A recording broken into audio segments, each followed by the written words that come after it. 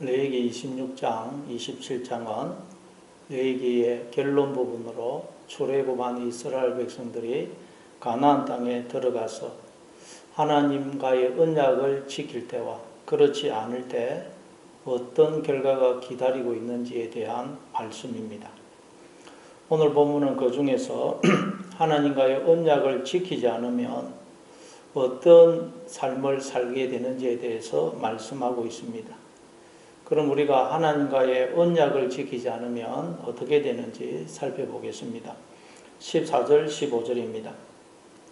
그러나 너희가 내게 청종하지 아니하여 이 모든 명령을 준행하지 아니하며 내 규례를 멸시하며 마음에 내 법도를 싫어하여 내 모든 계명을 준행하지 아니하며 내 언약을 배반할진대. 하나님이 이스라엘 백성들을 향하여 너희가 가나안 땅에 들어가서 내게 청종하지 아니하여, 즉 하나님의 음성을 듣지 아니하여 이 모든 명령을 준행하지 아니하며 내 규례를 멸시하며 마음에 내 법도를 싫어하여 내 모든 계명을 준행하지 아니하여 내 언약을 배반하게 되면 이라고 말씀합니다. 그러니까 앞에 열거된 모든 항목들은 결국 하나님과 우리가 맺은 언약을 배반하는 내용이라는 말씀입니다. 언약, 계약, 조약이라는 것은 쌍방이 맺는 것입니다. 혼자서는 언약이 성립되지 않습니다. 그래서 성경 다른 곳을 보면 하나님이 내가 너희와 맺은 언약이라고 종종 말씀하죠. 그러나 우리는 하나님과 언약을 맺은 기억이 없습니다. 그럼 하나님과 우리가 맺었다는 이 언약은 도대체 무엇입니까? 그래서 히브리서 9장에 가면 이 언약을 이렇게 설명합니다. 히브리서 9장 16절입니다. 유언은 유언한 자가 죽어야 되나니 유언은 그 사람이 죽은 후에야 유효한 점 유언한 자가 살아있는 동안에는 효력이 없느니라. 이 히브리서 9장은 언약을 유언으로 설명합니다. 그러니까 하나님이 우리와 맺으신 언약은 우리 인간이 가진 개념으로 보자면 유언과 비슷하다는 것입니다. 유언은 무엇입니까? 유언은 당사자가 일방적으로 하는 것입니다. 예를 들어서 내가 죽으면 이 회사를, 이 나라를 누구에게 물려주어 그로 하여금 이 회사를 경영하도록 이 나라를 다스리도록 하겠다. 유언을 하는 것입니다. 그리고 그렇게 유언을 하는 자가 죽어야 유언의 효력이 발생합니다. 그리고 유언의 수취인이 제가 그 유언을 받아들여 고인의 뜻대로 이 회사를, 이 나라를 다스리도록 하겠습니다. 라고 수락을 할 때 유언이 온전히 성취가 되는 것입니다. 그런데 하나님이 우리와 맺으신 언약은 유언과 비슷하다는 것입니다. 그러니까 하나님이 창세전에 일방적으로 내가 내 생명을 부어 내 자녀들을 창조하여 나의 모든 것을 그들에게 물려주어야 되겠다라고 스스로 작정을 맹세를 하셨다는 것입니다. 다른 말로 내가 내 생명을 부어 내 신부를 창조하여 그들과 하나 되어 영원히 함께 살리라 라고 하나님 스스로 작정을 맹세를 하셨다는 말입니다. 그리고 그 작정에 따라 유언에 따라 하나님이 당신의 생명을 부어 우리를 창조하신 것입니다. 이게 하나님의 주어심입니다. 그래서 이제 하나님의 유언이 유효하게 된 것입니다. 그렇지만 그 유언이 완전히 성취가 되려면 확정이 되려면 우리가 그 하나님의 유언의 뜻과 내용을 알고 제가 하나님 나라를 물려받아 하나님의 대리인으로서 하나님의 뜻을 따라 하나님 나라를 잘 관리하고 다스리도록 하겠습니다. 라고 수락을 할 때 또는 저도 하나님처럼 하나님만 사랑하며 하나님과 함께 영원히 살고 싶어요. 라고 수락을 할 때 비로소 유언이 온전히 성취가 되는 것입니다. 확정이 되는 것입니다. 이게 하나님께서 우리와 맺은 언약이라는 것입니다. 그러니까 모든 인간은 하나님의 언약에 의해서 태어나는 것입니다. 그리고 인생을 통해서 하나님께서 우리와 맺은 그 언약의 내용을 알고 그 언약을 수락함으로 그 언약의 도장을 찍음으로 하나님과의 영원한 언약 관계 속으로 들어가게 되는 것입니다. 즉 하나님과 결혼하여 사랑 가운데 영원토록 하나님과 함께 살게 되는 것입니다. 그래서 우리의 인생이란 하나님과의 결혼 생활이라고 그러는 것입니다. 그럼 하나님과의 그 언약, 즉 행복한 결혼 생활을 살기 위해서는 첫째 어떻게 해야 되느냐? 너희가 내게 청종하지 아니하여. 하나님과의 행복한 결혼 생활을 살기 위해서는 첫째 하나님의 음성을 들어야 된다는 것입니다. 왜냐하면 하나님이 나를 존재케 해주시는 내 존재의 뿌리, 근본, 주인, 머리가 되시기 때문입니다. 따라서 우리가 하나님의 음성을 듣지 않으면 우리는 결코 하나님과의 행복한 결혼 생활을 살 수가 없습니다. 풍성한 생명을 살 수가 없습니다.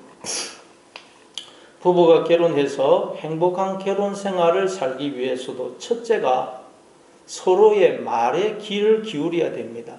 그게 사랑이죠. 자기 말만 하고 자기 생각만 강요하면 그건 사랑이 아닙니다. 그러면 그 결혼 생활은 불행해집니다. 따라서 우리의 삶에 기쁨이 없고 감사가 없고 만족이 없는 이유가 무엇이라는 것입니까? 우리가 하나님의 음성을 듣지 않기 때문입니다.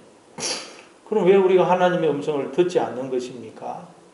내가 나의 주인이 머리가 되어서 내 말만 하고 있기 때문입니다. 내 주장, 내 뜻만 붙들고 있기 때문입니다. 내 생각에 갇혀 있기 때문입니다. 그러면 그 결혼 생활은 절대 행복할 수가 없습니다. 행복한 결혼 생활을 살기 위해서는 첫째 상대방의 말에, 배우자의 말에 귀를 기울여야 됩니다. 하나님은 언제나 우리의 음성의 말에 귀를 기울여 주세요. 그래서 우리도 이제 하나님의 음성에 귀를 기울이기를 원하십니다. 그래서 성경에 보면 하나님이 끊임없이 우리에게 너희는 내 말을 들어라 그러시는 것입니다. 신명기 6장 4절에도 보면 들어라 이스라엘아 세마 이스라엘 그러죠. 요한복음 5장 25절에도 보면 죽은 자들이 하나님의 아들의 음성을 들을 때가 없나니 곧 이때라 듣는 자는 살아나리라. 하나님의 아들을 통해서 하시는 말씀을 들어야 우리가 살아난다는 것입니다.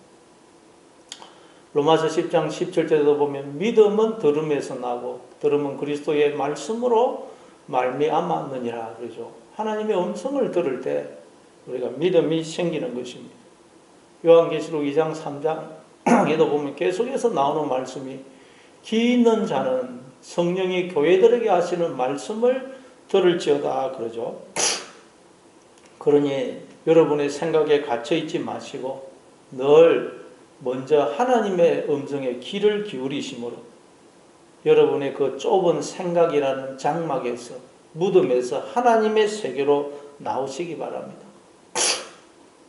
그래서 하나님과 행복한 결혼 생활을 살아가시는 여러분 되시기를 바랍니다. 그런데 우리가 자기의 생각에 갇혀서 하나님의 음성을 듣지 않으면 그게 바로 하나님과의 언약을 깨뜨리는 것입니다. 그리고 하나님과의 언약을 깨뜨리는 두 번째 내용은 이 모든 명령을 준행하지 아니하며입니다.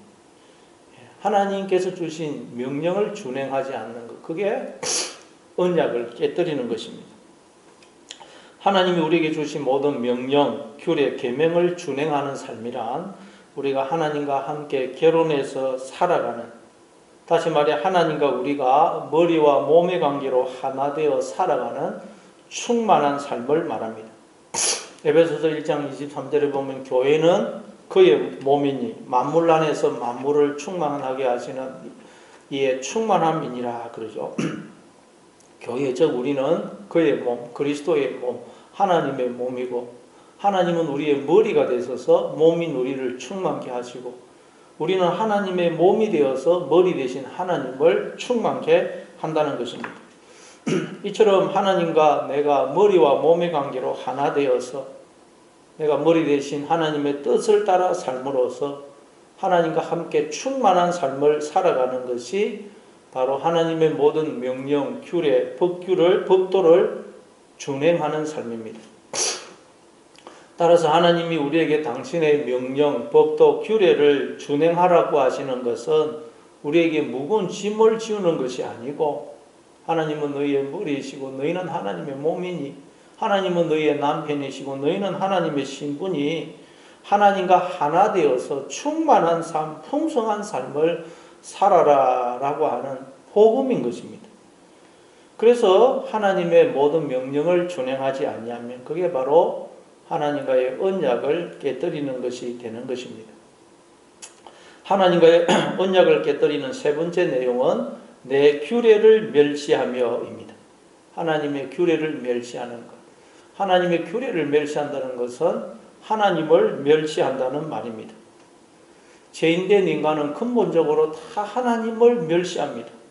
하나님을 무시하고 업신여기고 조롱합니다. 그 이유가 뭘까요? 하나님을 무시하는 이유가 뭘까요? 하나님은 우리를 찾아오시되 큰 소리치고 권세를 부리는 모습이 아닌 종이 되어서 우리를 섬기시고 당신의 생명을 영원히 대속물로 우리를 이게 부어주시는 그런 연약한 모습으로, 종의 모습으로 우리를 찾아오시기 때문입니다. 예수님이 마태복음 20장 28절에서 인자가 온 것은 섬김을 받으려 함이 아니라 도리어 섬기려 하고 자기 목숨을 많은 사람의 대속물로 주려 함이니라고 그렇게 말씀하셨죠. 하나님이 지금 그렇게 우리를 찾아오시고 우리를 섬기고 계시다는 말씀이에요. 이사야서 53장 1절 3절입니다. 우리가 전한 것을 누가 믿었느냐? 여호와의 팔이 누구에게 나타났느냐? 그는 주 앞에서 자라나기를 연한 순 같고 마른 땅에서 나온 뿌리 같아서 고운 모양도 없고 풍채도 없은즉 우리가 보기에 흠모할 만한 아름다운 것이 없도다. 그는 멸치를 받아 사람들에게 버림받았으며 강고를 많이 겪었으며 질고를 아는 자라. 마치 사람들이 그에게서 얼굴을 가리는 것 같이 멸치를 당하였고 우리도 그를 기이 여기지 아니하였도다. 그래. 우리가 전한 것을 누가 믿었느냐? 그래요. 선지자들이 전한 것이 어떤 내용입니까? 우리는 하나님의 언약에 의해서 이 세상에 태어났고, 그리고 하나님은 당신이 맺으신 그 언약에 의해서 종이 되어 우리를 섬기시고 끊임없이 당신의 생명을 우리에게 대성물로 주고 계신다. 그래서 우리가 이렇게 살며 기동하며 존재하고 있는 것이다 라는 내용입니다. 근데 그걸 전했더니 아무도 안 믿더라는 것입니다. 여호와의 팔이 누구에게 나타났느냐?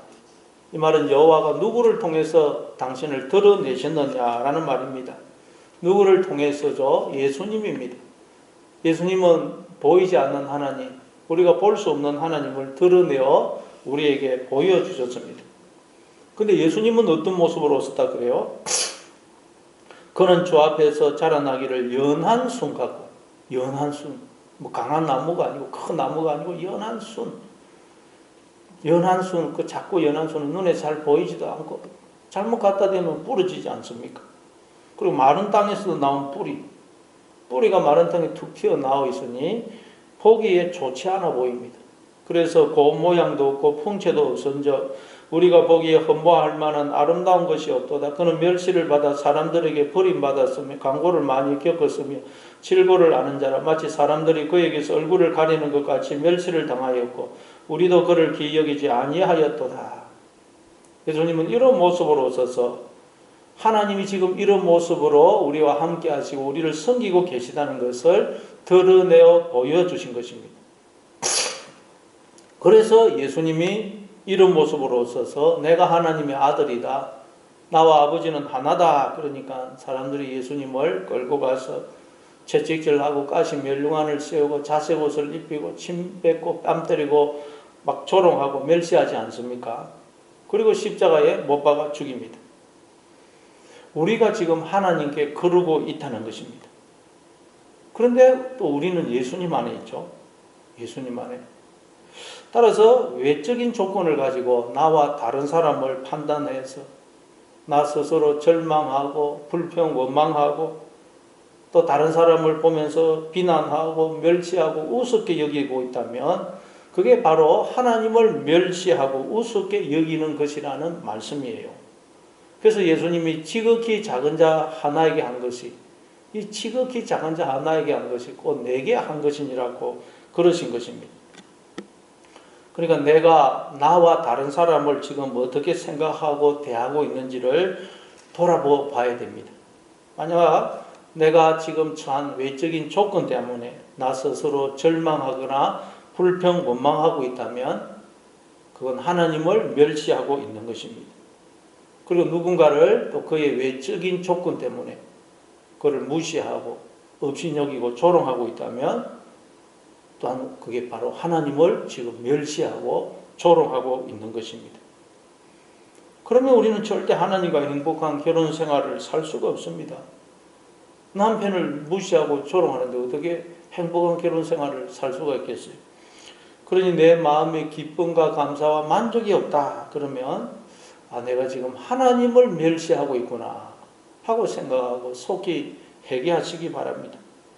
그리고 하나님과의 언약을 깨뜨리는 세 번째 내용은 마음에 내 법도를 싫어하여, 즉 마음에 하나님의 법도를 싫어하는 것입니다. 이건 마음에 하나님 두기를 싫어하는 것을 말해요. 죄인된 인간은 근본적으로 마음에 하나님 두기를 싫어합니다. 하나님이 계시는 것이 싫어요. 하나님이 계시면 내 마음대로 살 수가 없기 때문에 불편한 것입니다. 로마서 1장 28절입니다. 또한 그들이 마음에 하나님 두기를 싫어하며 하나님께서 그들을 그 상실한 마음대로 내버려 두사 합당하지 못한 일을 하게 하셨으니 곧 모든 불의, 추악, 탐욕, 악의가 가득한 자요 시기, 살인, 분쟁, 사기, 악독이 가득한 자요 수군수군하는 자요 비방하는 자요 하나님께서 미워하시는 자요 능욕하는 자요 교만한 자요 자랑하는 자요 악을 도모하는 자요 부모를 거역하는 자요 우매한 자요 배약하는 자요 무중한 자요 무자비한 자라. 여기 보니까 인간들이 왜 마음에 하나님 두기를 싫어한다고 그래요? 합당하지 못한 일을 하고 싶어서 그런다는 거예요. 즉 내가 나의 주인이 되어서 내 마음대로 내 뜻대로 내 정욕대로 살고 싶어서 마음에 하나님 두기를 싫어한다는 것입니다. 그러나 우리가 마음에 하나님 두기를 싫어하면 우리는 하나님과의 행복한 결혼 생활을 살 수가 없습니다. 그러니 내 마음에 기쁨과 감사와 만족이 없다. 그러면 또 내가 지금 나의 주인이 되어서 내 마음대로 내 뜻대로 내 고집대로 내 정욕대로 살고 있구나 하고 알고 속히 돌이키시는 여러분 되시기를 바랍니다. 그리고 하나님과의 언약을 깨뜨리는 네 번째는 내 모든 계명을 준행하지 아니하며입니다. 앞에 나온 이 모든 명령을 준행하지 아니하며와 같은 내용이에요. 이건 우리가 하나님을 따라 살지 않는 것을 말합니다. 우리가 하나님과의 행복한 결혼 생활을 살기 위해서는 하나님을 따라 행하는 훈련을 해야 됩니다. 이 땅에서의 부부관계도 마찬가지죠. 정말 부부가 하나 되기 위해서는 남편은 아내를 따라 행하는 훈련을 해야 되고 아내는 남편을 따라 행하는 훈련을 해야 됩니다. 남편은 아내에게 모든 것을 맞춰주고 아내는 남편에게 모든 것을 맞추어 줘야 됩니다. 남편은 아내에게 복종하고 아내는 남편에게 복종해야 됩니다. 그래서 에베소서 5장 21절에 보면 그리스도를 경외함으로 피차 복종하라.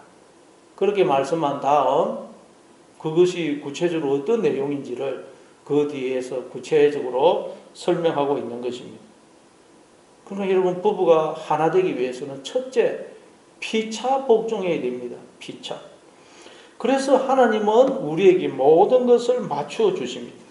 언제나 나를 위해 주십니다.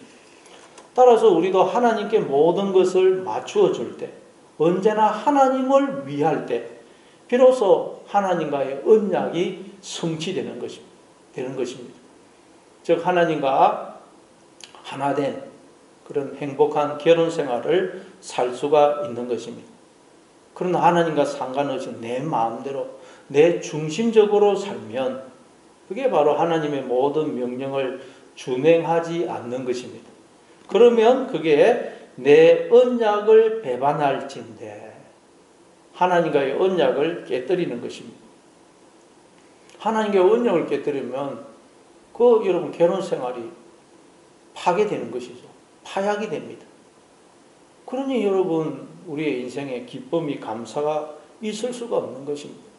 하나님과의 언약이 깨뜨려지면 우리는 남편 없는 과부와 같고 머리가 없는 몽과 같고 나무에서 잘려진 가지와 같은 것입니다. 하나님을 떠난 인간은 다 지금 영적으로 이런 처지에 놓여져 있어요.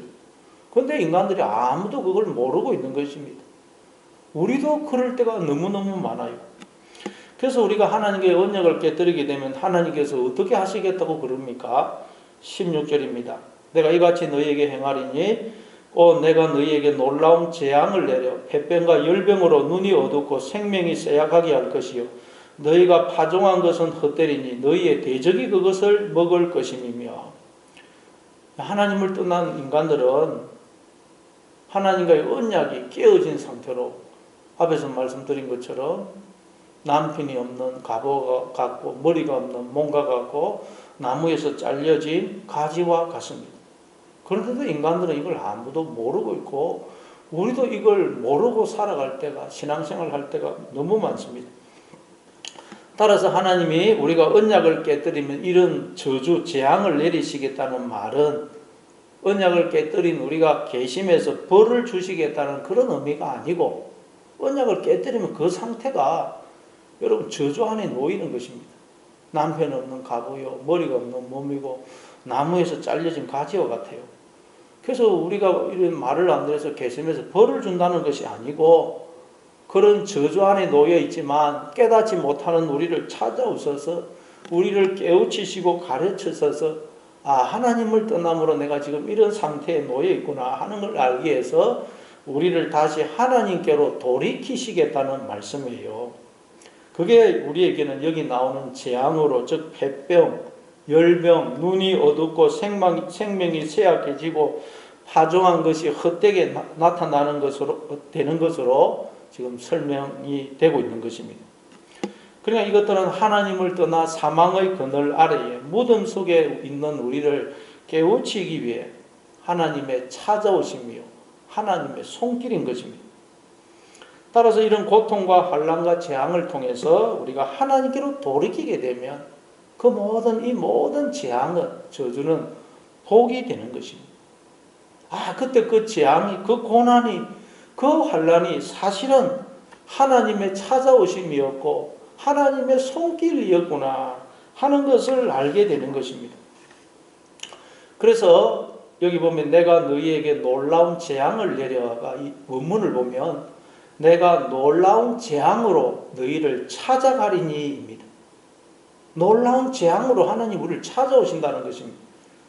그러니까 우리에게 주어지는 고난, 저주, 재앙, 심판은 하나님이 나를 버리셨거나 내가 잘못해서 벌을 주시는 것이 아니고 나를 돌이키시기 위해 하나님의 찾아오심이요 나를 깨우시는 하나님의 손길이라는 것입니다. 그래서 나오미 가정에 시집을 왔던 룻이 시아버지와 남편과 남편의 동생이 죽는 그 재앙을 저주를 통해서 하나님께 돌아오게 되지 않습니까? 알고 봤더니 남편의 그 죽음을 통해서 하나님이 룻을 찾아오셨더라는 것입니다. 그러니 여러분에게 이해할 수 없는 여러 가지 문제, 환난, 재앙, 저주가 있습니까? 하나님이 그걸 통해서 여러분을 찾아오셨다는 것을 기억하시기 바랍니다. 알고 봤더니 하나님이 그걸 통해서 나를 찾아오셨어요. 그래서 그걸 알게 되면 그걸 알고 하나님께로 돌이키게 되면 그 모든 저주는 재앙은 복으로 바뀌는 것입니다. 그래서 예수 그리스도 안에 있는 자에게는 결코 저주가 재앙이 없다고 권하는 것입니다. 모든 저주가 재앙이 떠나는 것입니다. 알고 봤더니 저주가 아니고 재앙이 아니더라는 것입니다. 하나님의 찾아오심이고 하나님의 손길이더라는 것입니다. 여러분 이 세상에서 예수님만큼 저주와 재앙을 당하신 분이 어디에 있습니까? 예수님만큼 억울하고 비참한 저주의 죽음을 죽으신 분이 누가 있습니까? 그래서 이사야서 53장 4절에 보면 그는 실로 우리의 질고를 지고 우리의 슬픔을 당하였거늘 우리는 생각하기를 그는 징벌을 받아 하나님께 맞으며 고난을 당한다 하였노라. 그가 질림은 우리의 허물 때문이요 그가 상함은 우리의 죄악 때문이라. 그가 징계를 받음으로 우리는 평안을 누리고 그가 채찍에 맞음으로 우리는 나음을 받았도다. 우리는 다 양 같아서 그릇 행하여 각기 제 길로 갔거늘 여호와께서는 우리 모두의 죄악을 그에게 담당시키셨도다. 사람들은 예수님이 받으신 그 고난, 그 저주의 죽음을 두고 그런 징벌을 받아 하나님께 맞으며 고난을 당하고 있다라고 생각을 했어요. 그러나 그 고난과 저주의 죽음을 통해서 하나님이 예수님을 찾아오셨다는 것입니다. 예수님은 그 고난과 저주의 죽음을 통해서 하나님을 만나고 하나님의 아들로 거듭난 것입니다. 우리도 이 과정을 겪는다는 것입니다. 우리에게 일어나는 모든 일, 모든 사건은 하나님의 찾아오심이요 나를 깨우시는 하나님의 손길입니다. 그러나 우리가 좋은 일, 평탄한 일을 통해서는 잘 하나님께로 돌이키지 않습니다. 내가 잘나서 그런 줄 착각합니다. 그래서 하나님이 때때로 저주로 재앙을 통해서 우리를 찾아오시고 우리를 깨우시는 것입니다. 그러니 무슨 일을 만날 때마다, 특별히 재앙과 저주로 보이는 것들을 만날 때마다 하나님이 나를 버리신 모양이다, 나를 사랑하시지 않는 모양이다, 그렇게 생각하지 마시고 오히려 예수님처럼 나를 영광의 자리, 하나님 보좌 우편에 앉히시려고 하나님이 나를 찾아오셨구나, 나를 지금 양육하고 계시구나 생각하고 오히려 감사하는 여러분 되시기를 바랍니다. 그래서 사도 바울은 데살로니가전서 5장 16절 이하에서 항상 기뻐하라, 쉬지 말고 기도하라, 범사에 감사하라, 이는 그리스도 예수 안에서 너희를 향하신 하나님의 뜻이니라고 그러는 것입니다. 왜냐하면 하나님은 당신의 그 언약에 따라 무조건적으로 그리고 변함없이 영원토록 나와 함께 하시면서 당신의 생명을 전부를 주시는 사랑을 베풀어 주시며 나를 생명의 길로 인도하고 계시기 때문입니다. 그러니 이 사실을 기억하고 항상 기뻐하고 쉬지 말고 기도하고 범사에 감사함으로 하나님과의 언약을 성취하여 도장을 확 찍어서 하나님과의 행복한 결혼 생활을 살아가시는 여러분 되시기를 바랍니다.